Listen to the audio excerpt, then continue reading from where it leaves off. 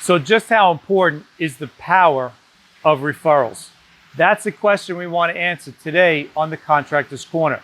I'm Jeffrey Scott from the FX Design Team. Some footage behind me from a recent project that we finished on Long Island.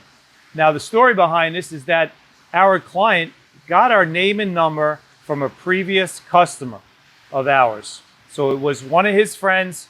They talked us up. We got in contact with the client, and it started the working relationship from there. After that, we did a 3D rendering. We showed him ideas about his concepts come to life. And then we were able to build the pool in the backyard resort that exceeded his expectation. It all started from a referral.